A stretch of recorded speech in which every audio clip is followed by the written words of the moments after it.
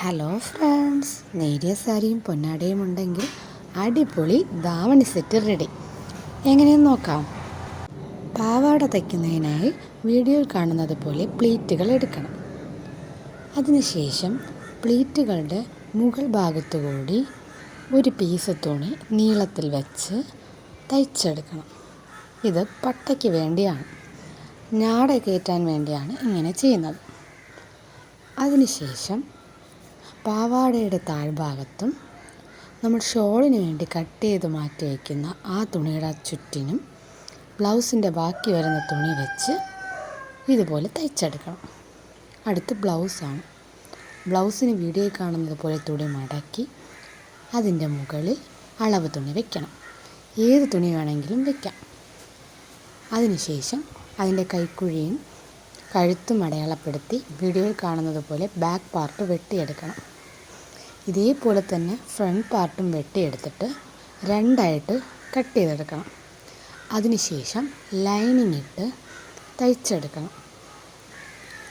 ഇതിനുശേഷം ഈ ഫ്രണ്ട് പാർട്ടും ബാക്ക് പാർട്ടും കൂടെ ചേർത്ത് ഷോൾഡർ ഭാഗം ഒരുമിച്ച് വെച്ച് തയ്ക്കാം. തയ്യൽ തുമ്പ് പുറത്ത് കാണാത്ത വിധത്തിലാണ് ഞാൻ ബ്ലൗസ് തയ്ക്കുന്നത്. ലൈനിങ്ങിൻ്റെ ഉള്ളിലായിട്ടാണ് തയ്യൽ തുമ്പെല്ലാം പോകുന്നത്. ഇതിനുശേഷം കൈയുടെ താഴ്ഭാഗം വീഡിയോയിൽ കാണുന്നത് പോലെ രണ്ടായിട്ട് മടക്കി തയ്ച്ചെടുക്കണം. അതിനുശേഷം ബോഡി പാർട്ടുമായിട്ട് ചേർത്തടിച്ച് ഫ്രണ്ട് പാർട്ടിൻ്റെ സെൻറ്റർ പോയിൻ്റ് അടയാളപ്പെടുത്തി കൈക്കുഴിയിൽ നിന്നും 1/4 ഇഞ്ച് വലുപ്പത്തിൽ തയ്ച്ചെടുക്കണം. അതിനുശേഷം സെൻറ്റർ പോയിൻറ്റിൽ നിന്നും താഴോട്ട് 1/2 ഇഞ്ച് വലുപ്പത്തിൽ വേണം തയ്ച്ചെടുക്കാൻ. എങ്കിലേ ഡാട്ട് കറക്റ്റായിട്ട് വരത്തുള്ളൂ.